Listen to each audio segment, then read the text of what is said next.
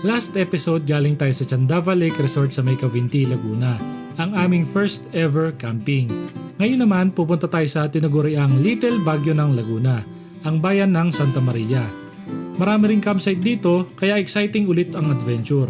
Sana maramdaman nyo na parang kasama kayo sa trip at sana ma-entertain din kayo sa kwento namin.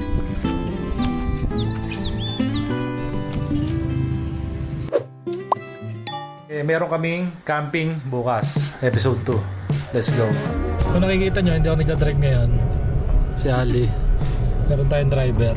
Yung lugar na yon ay sobrang lamig daw. Tignan natin kung totoo na malamig. Ayun na, dito na kami sa tunay na pupuntahan namin, Mamay Intongs. Time check, alas 6 na, palubog na araw. Sana makahanap pa kami ng spot. Kanada na. Naramdaman ko na naman yung ganitong pakiramdam. Hindi ko maipaliwanag kapag nasa ganitong payapang lugar ako. Hindi ko alam kung mababaw lang ako o sadyang marunong lang ako mag-appreciate ng mga simpleng bagay. Basta gawin nyo lang din ang mga nagpapasaya sa inyo at gagawin ko lang din ang mga nagpapasaya sa akin. Basta wala tayong tinatapakang iba.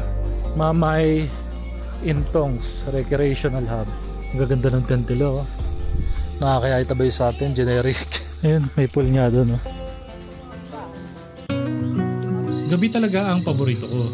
Tahimik, presko, at ang sarap lang magpahinga. Talapya.